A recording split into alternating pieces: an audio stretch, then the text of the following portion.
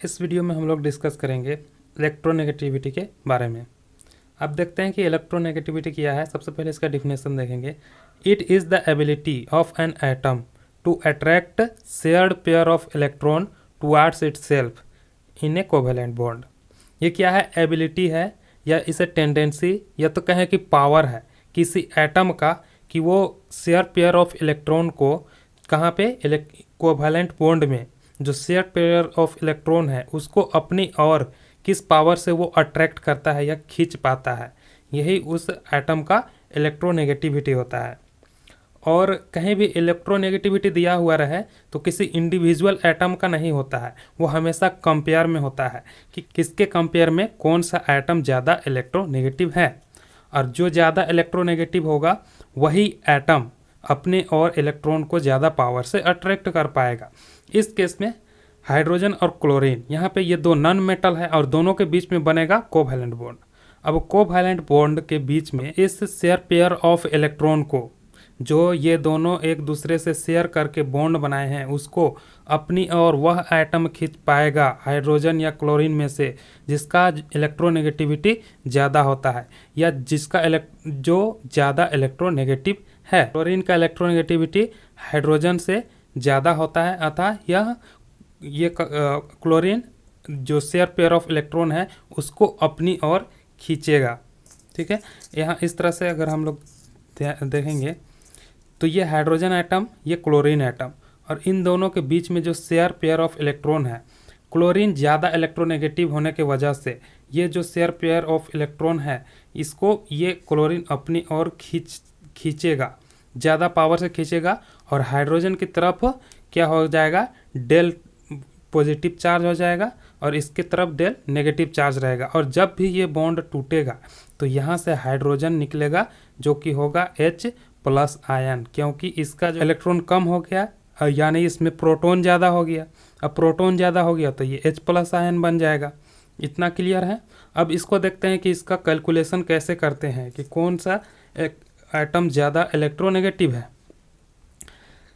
पहला है polling scale और दूसरा है मिल्किन स्केल।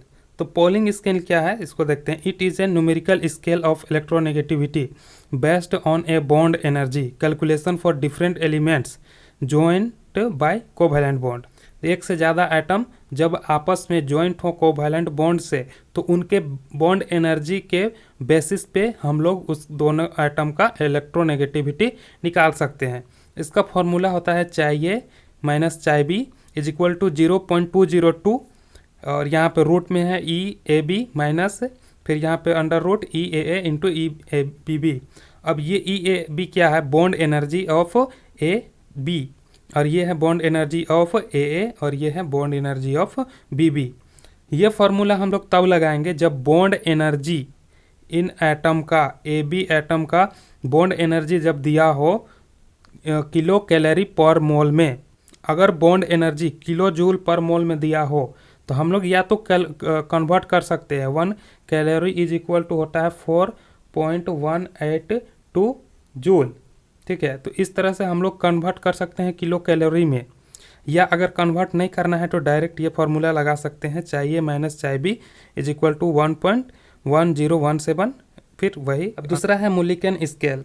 इसमें जो इलेक्ट्रोनेगेटिविटी होता है ये होता है आयोनाइजेशन इंथैल्पी और इलेक्ट्रॉन एफिनिटी का एवरेज, यानी ionization enthalpy plus electron affinity by 2। ये फॉर्मूला होता है हम लोग इलेक्ट्रोनेगेटिविटी जब निकाल रहे हैं मिल्किन स्केल से किसी भी एटम का। तो और इसमें आयोनाइजेशन इंथैल्पी और इलेक्ट्रॉन नेगेटिविटी एफिनिटी ये क्या होना चाहिए? इलेक्ट्रॉन वोल्ट पर मोल में इसका मान दिया होना चाहिए, तब हम लोग को मिल्किन स्केल से या इस फार्मूला से हम लोग को एकदम करेक्ट किसी भी एटम का इलेक्ट्रोनेगेटिविटी निकल सकता है। हम लोग देख लिए पॉलिंग स्केल और मिल्किन स्केल से इलेक्ट्रोनेगेटिविटी किसी भी एटम का निकालना। अब उस स्केल के हिसाब से सबसे ज़्यादा इलेक्ट्रोनेगेटिव एटम है फ्लोरीन और जिसका होता है इलेक्ट्रोनेगेटिविटी 4। ठीक है, पीरियोडिक टेबल में फ्लोरीन का सबसे ज़्यादा इलेक्ट्रोनेगेटिव होता है। अब इस जो इलेक्ट्रोनेगेटिविटी का किसी भी एटम का यूनिट नहीं होता है। ठीक है, अब इसके आगे देखेंगे फैक्टर्स अफेक्टिंग इलेक्ट्रोनेगेटिविटी। किस किस फैक्टर पे डिपेंड करता है किसी भी एटम का इलेक्ट्रोनेगेटिविटी। पहला है एटॉमिक साइज।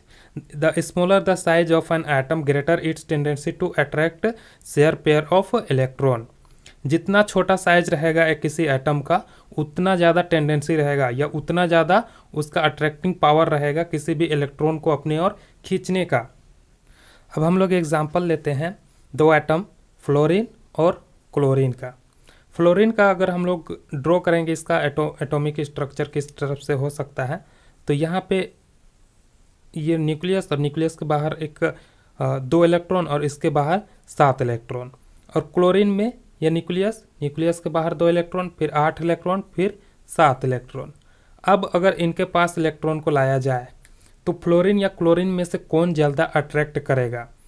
तो यहाँ पे ये इलेक्ट्रॉन इस फ्लोरीन के जो न्यूक्लियस है इसके ज़्यादा नज़दीक है, यानी न्यूक्लियर में जो पॉजिटिव चार्ज है वो इस इलेक्ट्रॉन को अपनी ओर ज़्यादा पावर से अट्रैक्ट करेगा एज कंपेयर टू क्लोरीन से, क्योंकि क्लोरीन का जो न्यूक्लियस है ये ज़्यादा साइज होने की वजह से इलेक्ट्रॉन से ज़्यादा दूर में है, तो वो उतना ज़्यादा अट्रैक्ट नहीं कर पाएगा जितना कि फ्लोरीन करेगा। ठीक है, अब दूसरा देखते हैं इफेक्टिव न्यूक्लियर चार्ज। दूसरा जो फैक्टर है वो है effective nuclear charge. Higher the effective nuclear charge of an atom greater its tendency to attract share pair of electron. ये न्यूक्लियर चार्ज क्या होता है? किसी भी न्यूक्लियर में प्रेजेंट चार्ज, और न्यूक्लियर में क्या होता है? Positive charge. यानी इस केस में हम लोग एग्जांपल लेके देखते हैं फ्लोरीन और एक ऑक्सीजन का। और फ्लोरीन में होता है जो न्यूक्लियस में जो पॉजिटिव चार्ज होता है वो होता है 9। क्यों? क्योंकि फ्लोरीन का जो एटॉमिक नंबर होता है 9 होता है, तो इसके पास प्रोटॉन भी 9 होंगे और इलेक्ट्रॉन भी 9 होंगे, तो हम लोग इसका न्यूक्लियस में 9 दिखा दिए। अब ऑक्सीजन है तो ऑक्सीजन का जो न्यूक्लियस है, ऑक्सीजन का एटॉमिक नंबर होता है 8, तो इसमें जो पॉजिटिव चार्ज होंगे वो कितने होंगे? 8। तो अब कोई इलेक्ट्रॉन को लाया जाए इनके नज़दीक में तो कौन ज़्यादा अट्रैक्ट कर पाएगा, ये 9 नंबर या 8 नंबर पॉजिटिव? तो इसका सीधा सा आंसर है कि 9 नंबर, क्योंकि यहाँ पे पॉजिटिव चार्ज ज़्यादा है, न्यूक्लियर चार्ज ज़्यादा है, इस वजह से ये ज़्यादा अट्रैक्ट करेगा एज कंपेयर टू इसके। ठीक है, अब देखते हैं तीसरा number charge on the ion, यानी ऑक्सीडेशन स्टेट। कोई भी आयन ऑक्सीडेशन स्टेट में है तो वो किस तरह से अफेक्ट करेगा इलेक्ट्रोनेगेटिविटी को। The element in higher oxidation state has more value of electronegativity than in the lower oxidation state. अगर कोई भी एटम का 2 ऑक्सीडेशन स्टेट शो कर रहा है जिसमें एक लोअर ऑक्सीडेशन स्टेट में है और एक हायर ऑक्सीडेशन स्टेट में है, तो वह आइटम जो हायर ऑक्सीडेशन स्टेट में है वो ज़्यादा तेज़ी से, ज़्यादा पावर से अपनी और इलेक्ट्रॉन को अट्रैक्ट कर पाएगा। हम लोग एग्जांपल देते हैं Fe का। ये 2 ऑक्सीडेशन स्टेट शो करता है, Fe3+ और एक होता है Fe2+। अब इन दोनों में क्या है कि Fe का जो Fe का एटॉमिक नंबर होता है वो होता है 26। अब इसमें से अगर हम लोग 3 इलेक्ट्रॉन बाहर कर देंगे तो हम लोग को मिलेगा Fe3+, और अगर हम लोग Fe में से 2 इलेक्ट्रॉन बाहर करेंगे तो हम लोग को मिलेगा Fe2+। सिंपल। अब देखते हैं ये Fe3+ में से 3 इलेक्ट्रॉन बाहर चला गया है और Fe2 में से 2 इलेक्ट्रॉन बाहर चला गया है, तो किसके पास ज़्यादा इलेक्ट्रॉन का कमी है? इस वाले Fe के पास। तो इस वाले Fe में जो कि जिसका ऑक्सीडेशन स्टेट 3 है, ये ज़्यादा इलेक्ट्रोनेगेटिव होगा एज कंपेयर टू इस Fe के जो कि जिसका ऑक्सीडेशन स्टेट 2 है, यानी इलेक्ट्रॉन को ये ज़्यादा अपनी ओर खींच पाएगा एज कंपेयर टू इसके। ठीक है, जो कि जिसका ऑक्सीडेशन स्टेट की 2 है। अब देखते हैं टाइप्स ऑफ हाइब्रिडाइजेशन। मतलब हाइब्रिडाइजेशन का क्या रोल होता है किसी भी एटम के इलेक्ट्रोनेगेटिविटी में। The magnitude of electronegativity increases as the s character in hybrid orbital increases. मतलब एक मैग्नीट्यूड ऑफ इलेक्ट्रोनेगेटिविटी वैसे ही इंक्रीज करेगा जैसे कि हाइब्रिड ऑर्बिटल में एस कैरेक्टर ज़्यादा होगा। यानी किसी भी हाइब्रिडाइजेशन में अगर एस ज़्यादा है तो यह कह देंगे पी ऑर्बिटल उसमें कम है तो क्या होगा? इलेक्ट्रोनेगेटिविटी ज़्यादा होगा। इसको एग्जांपल से समझते हैं। sp3 एक s, अगर sp3 का हम लोग हाइब्रिडाइजेशन अगर इसका ड्रॉ करें तो एक s ऑर्बिटल और 3 p ऑर्बिटल आपस में मिक्स होके और हम लोग को मिलता है sp3 हाइब्रिड ऑर्बिटल। ठीक है, अब इस केस में देखेंगे तो एक s और 3 p, यानी इसमें s कितना परसेंट हिस्सा ले रहा है, सिर्फ 25%, और बाकी का जो p है ये कितना है 75%, यानी 25% है s कैरेक्टर इसमें। अब दूसरा देखेंगे sp2 में, तो sp2 में क्या होगा कि सिर्फ यहाँ sp2 में क्या होगा कि एक s ऑर्बिटल और 2 p ऑर्बिटल भाग लेंगे और हम लोग को मिलेगा sp2 हाइब्रिड ऑर्बिटल। ठीक है, तो इसमें कितना ले रहा है हिस्सा, 33% s है, और तो इसका जो s कैरेक्टर होगा वो 33.3% है। ठीक है, sp2 हाइब्रिडाइजेशन में। अब देखते हैं sp हाइब्रिडाइजेशन में, तो इसमें क्या है कि एक s ऑर्बिटल और एक p ऑर्बिटल दोनों आपस में मिल गए और हम लोग को मिल गया sp हाइब्रिडाइजेशन, यानी sp हाइब्रिड ऑर्बिटल।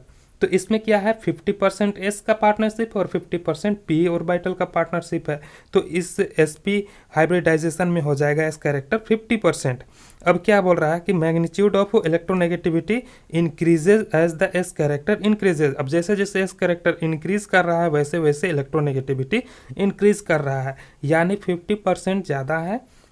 तो इससे sp orbital, sp hybridized atom किसी भी मॉलिक्यूल में ज़्यादा इलेक्ट्रोनेगेटिव होंगे एज कम्पेयर टू वही एटम जब sp2 हाइब्रिडाइज्ड हो, या उससे भी कम होंगे जब वो एटम sp3 हाइब्रिडाइज्ड हो। इसको एक एग्जांपल से समझते हैं। अगर कार्बन है चारों तरफ सिंगल बॉन्डेड है, और एक कार्बन है जो एक तरफ डबल बॉन्डेड है, और एक कार्बन है जो एक दूसरे से ट्रिपल बॉन्डेड है, तो इसमें सबसे ज़्यादा इलेक्ट्रोनेगेटिव होगा ये जो कार्बन जो ट्रिपल बॉन्डेड है दूसरे एटम से, और जो इससे कम होगा वो कार्बन जो कि डबल बॉन्डेड है, क्योंकि ये sp2 हाइब्रिडाइज्ड है, और उससे कम होगा ये sp3 hybridised carbon atom. Periodic trend क्या है इलेक्ट्रोनेगेटिविटी ऑफ एटम का, मतलब इसका वेरिएशन कैसे होता है पीरियड या ग्रुप में। पहले हम लोग देखेंगे पीरियड में। Electronegativity increases left to right in period since the nuclear charge of atom increases from left to right. ठीक है, इलेक्ट्रोनेगेटिविटी किसी भी एटम का पीरियड में इंक्रीज करता है, मतलब पीरियड में एटम्स का इलेक्ट्रोनेगेटिविटी इंक्रीज करता है। जैसे यहाँ पे लिथियम का 1, बेरिलियम का 1.5, बोरोन का 2, कार्बन का 2.5, नाइट्रोजन का 3, ऑक्सीजन का 3.5 और फ्लोरीन का 4। इस साइड में हम लोग जा रहे हैं lithium, beryllium, boron, carbon, nitrogen, oxygen, fluorine, तो इस साइड में इलेक्ट्रोनेगेटिविटी इंक्रीज कर रहा है, जो कि इनका मान यहाँ पे दिया हुआ है। अब ऐसा क्यों हो रहा है, क्योंकि जो इफेक्टिव न्यूक्लियर चार्ज या न्यूक्लियर चार्ज वो इंक्रीज कर रहा है। और ऐसा क्यों हो रहा है, क्योंकि इनका जो एटॉमिक नंबर है वो भी इंक्रीज कर रहा है। लिथियम का 3 होता है एटॉमिक नंबर, यानी इसके जो न्यूक्लियर में 3 प्रोटॉन होंगे। बेरिलियम का 4 होता है, इसके न्यूक्लियर में 4 प्रोटॉन होंगे। बोरोन में 5 प्रोटॉन, कार्बन में 6 प्रोटॉन, नाइट्रोजन में 7, ऑक्सीजन में 8, फ्लोरीन में 9 प्रोटॉन। इस तरह से प्रोटॉन की नंबर ऑफ प्रोटॉन बढ़ते जाएगा न्यूक्लियर में। Number of protons from left to right period में इंक्रीज करता है, या nuclear charge, effective nuclear charge वो भी इंक्रीज करता है। इस वजह से इनका जो इलेक्ट्रोनेगेटिविटी होगा, इलेक्ट्रॉन को अपनी ओर खींचने की क्षमता वो इंक्रीज करेगा ऑटोमेटिकली, जो जब हम लोग लेफ्ट टू राइट जाएंगे पीरियड में। ठीक है, अब इसका हम लोग नहीं लिए हैं, ये नोबेल गैस का इलेक्ट्रोनेगेटिविटी 0 होता है। सेकेंड नंबर देखते हैं, electronegativity of atom decreases top to bottom in group since the additional inner shell of atom increases. Electronegativity atom का डिक्रीज करता है टॉप टू बॉटम, क्योंकि एडिशनल इनर सेल आना स्टार्ट हो जाता है। जैसे ही हम यहाँ से नीचे जाएंगे, फ्लोरीन से क्लोरीन, क्लोरीन से ब्रोमीन, ब्रोमीन से आयोडीन, तो एक्स्ट्रा इनर सेल आना स्टार्ट हो जाएगा। फ्लोरीन में 2 रहेगा, क्लोरीन में 3 हो जाएगा, वैसे आयोडीन में 4 हो जाएगा। एक्स्ट्रा इनर सेल आते जाएगा तो जो न्यूक्लियस होगा वो दूर होता जाएगा, इसका साइज बढ़ने लगेगा ऑटोमेटिकली, और इस साइज के बढ़ने की वजह से जो न्यूक्लियस है, वो सेंटर में न्यूक्लियस है, वो किसी बाहर के इलेक्ट्रॉन से ज़्यादा दूर हो जाएगा, और ज़्यादा दूर होने की वजह से कि उसको उस पावर से अट्रैक्ट नहीं कर पाएगा जिस पावर से ये जो कम इनर सेल वाला एटम अट्रैक्ट करेगा। इसलिए इलेक्ट्रोनेगेटिविटी अगर हम लोग टॉप टू बॉटम आएंगे तो और घटेगा, चाहे इधर हो या इधर हो। तो उसी को हम लोग यहाँ पे हाइड्रोजन ये लिथियम से, lithium, sodium, potassium, rubidium, caesium, francium का हम लोग ये मान लिखे हैं इलेक्ट्रोनेगेटिविटी का। ठीक है, सबसे लोवेस्ट है सीजियम, फ्रेंसियम। अब इस साइड में फ्लोरीन, क्लोरीन, ब्रोमीन, आयोडीन, इसका भी लिख दिए हैं। फ्लोरीन का 4 होता है, क्लोरीन का 3 होता है, ब्रोमीन का 2.8, आयोडीन का 2.4, आयोडीन का 2.4 होता है मेरे। अब कुछ एक्स्ट्रा जो बच गए थे एटम, जैसे कि हाइड्रोजन, ये इंपॉर्टेंट ही सिर्फ हम लोग लिख रहे हैं। हाइड्रोजन, फास्फोरस, सल्फर और एल्यूमिनियम, इन सब का भी इलेक्ट्रोनेगेटिविटी इस साइड में हम लोग लिख दिए हैं। इलेक्ट्रोनेगेटिविटी का एप्लीकेशन देखते हैं। पहला है metallic and non metallic character. किसी भी एटम को मेटालिक कैरेक्टर है या नॉन मेटालिक कैरेक्टर है, उसको हम लोग इलेक्ट्रोनेगेटिविटी के यूज़ करके पता कर सकते हैं। कैसे, उसको देखते हैं। As the electronegativity increases, metallic character of the atom decreases. जैसे जैसे इलेक्ट्रोनेगेटिविटी इंक्रीज करेगा, मेटालिक कैरेक्टर डिक्रीज करेगा। यानी जिस एटम का जितना ज़्यादा इलेक्ट्रोनेगेटिविटी होगा वो उतना ही नॉन मेटालिक कैरेक्टर का होगा। ठीक है, और जिसका जितना कम होगा इलेक्ट्रोनेगेटिविटी वो ज़्यादा मेटालिक कैरेक्टर का होगा। तो इस हिसाब से हम लोग कह सकते हैं that caesium is the most metallic atom in periodic table with electronegativity 0.7 and fluorine is the most non-metallic atom in periodic table with electronegativity 4.0।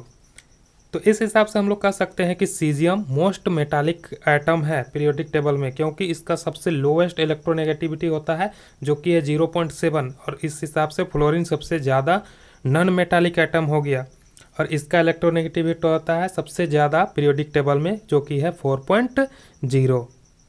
ये ठीक है।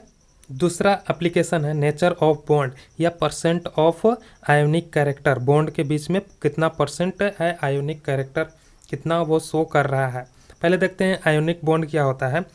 मान के चलिए सोडियम, ये कोई मेटल है, ये अपना इलेक्ट्रॉन एक क्लोरीन को दे दिया, तो इस वजह से क्लोरीन में माइनस चार्ज आ गया, सोडियम में इलेक्ट्रॉन दिया है तो पॉजिटिव चार्ज आ गया। अब ये पॉजिटिव चार्ज और ये नेगेटिव चार्ज एटम मिल करके आपस में बॉन्ड का फॉर्मेशन करेंगे। ये इलेक्ट्रोस्टैटिक फोर्स ऑफ अट्रैक्शन से एक दूसरे से ऐसे चिपक जाएंगे। ये बहुत ही ज़्यादा मजबूत बॉन्ड होता है। इससे लेस जो स्ट्रॉन्ग बॉन्ड होता है वो है कोवैलेंट बॉन्ड, और उसमें कितना परसेंट आयोनिक बॉन्ड है हम लोग इसी को पता कर सकते हैं इलेक्ट्रोनेगेटिविटी का यूज करके। किसी भी कोवैलेंट बॉन्ड का आयोनिक कैरेक्टर हम लोग को पता करना है, उसके लिए एक फार्मूला है। ये फार्मूला यहाँ पे डेल्टा चाई, ये क्या है, वेयर डेल्टा चाई इज इक्वल टू चाई ए माइनस चाई बी, या इसको कह सकते हैं difference of electronegativity of atom A and B. ठीक है, अब इसका यूज करके हम लोग किसी भी बॉन्ड का, दो एटम के बीच में जो कोवैलेंट बॉन्ड बना है उसका हम लोग आयोनिक कैरेक्टर पता कर सकते हैं कि वो कितना परसेंट आयोनिक कैरेक्टर शो कर रहा है।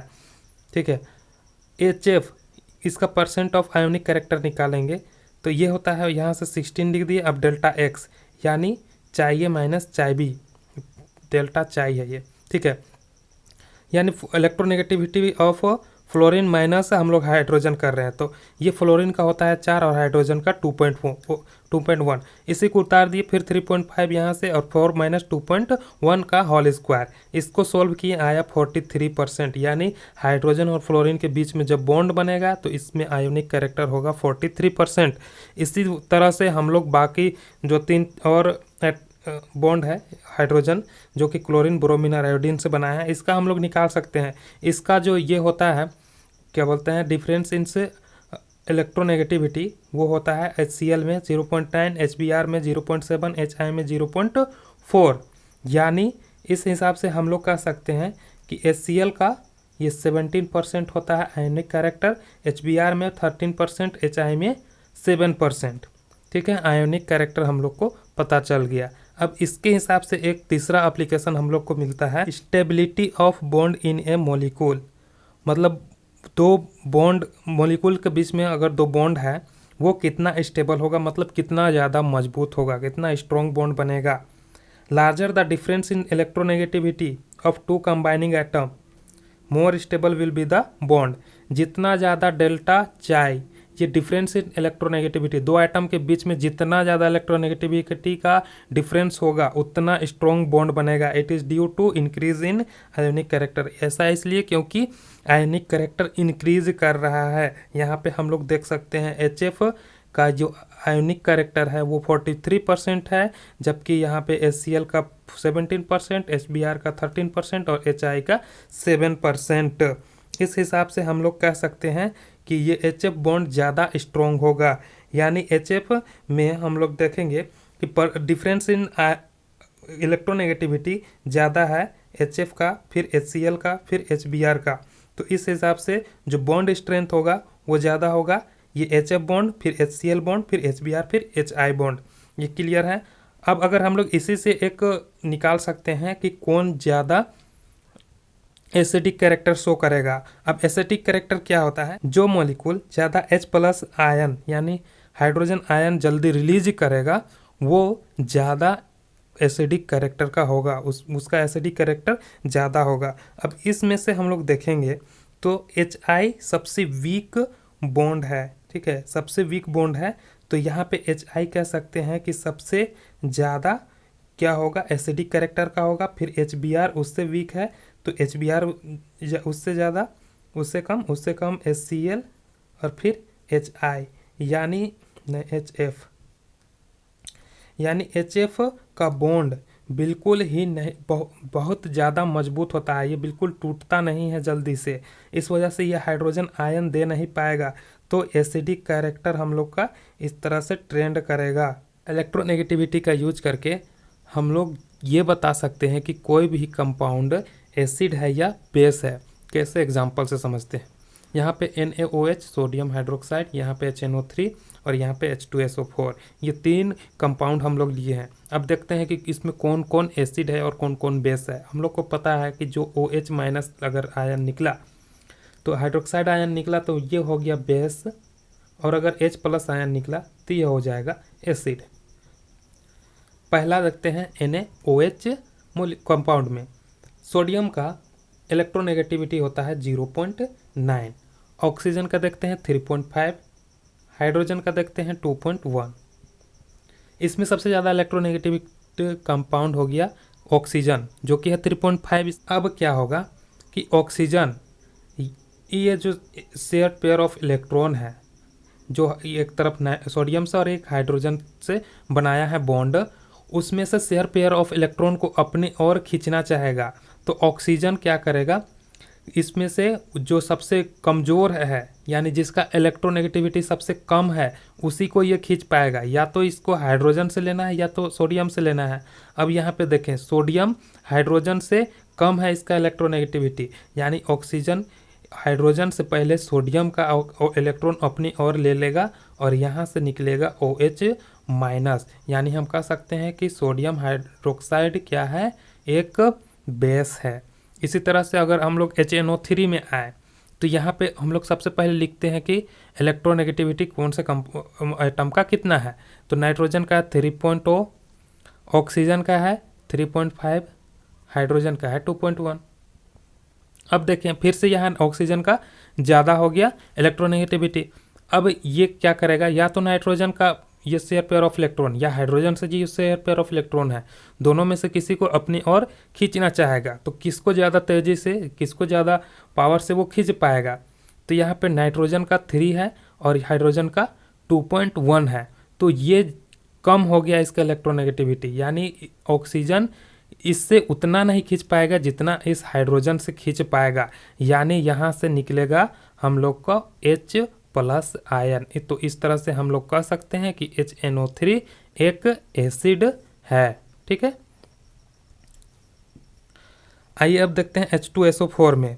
तो यहाँ पे सल्फर का होता है 2.5, ऑक्सीजन का हो गया 3.5 और हाइड्रोजन का हो गया 2.1।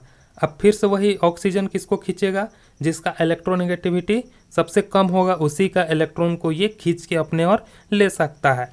तो सल्फर का है 2.5 और हाइड्रोजन का है 2.1, यानी इसका कम हो रहा है, तो इसी का इलेक्ट्रॉन को क्या करेगा, ये जो दो इलेक्ट्रॉन है दोनों को अपनी ओर खींच लेगा और यहाँ से हाइड्रोजन प्लस बाहर निकलेगा, यानी H2SO4 कह सकते हैं कि ये क्या है, एसिड है। ठीक है, इतना क्लियर है। अब इसका एक और एप्लीकेशन हम लोग देखेंगे। तो 5वां नंबर एक होता है कि नेमिंग कैसे कर सकते हैं किसी भी कंपाउंड का।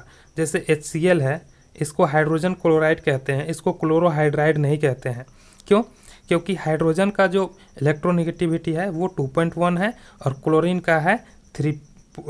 का होता है 3.0। से HCl का नेमिंग हो जाएगा हाइड्रोजन क्लोराइड, क्योंकि हाइड्रोजन का इलेक्ट्रोनेगेटिविटी 2.1 है और क्लोरीन का 3.0 है। तो क्लोरीन को हम लोग यहाँ पे लास्ट में लिखेंगे और IDE सफिक्स लगा के इसका नेमिंग होगा हाइड्रोजन क्लोराइड।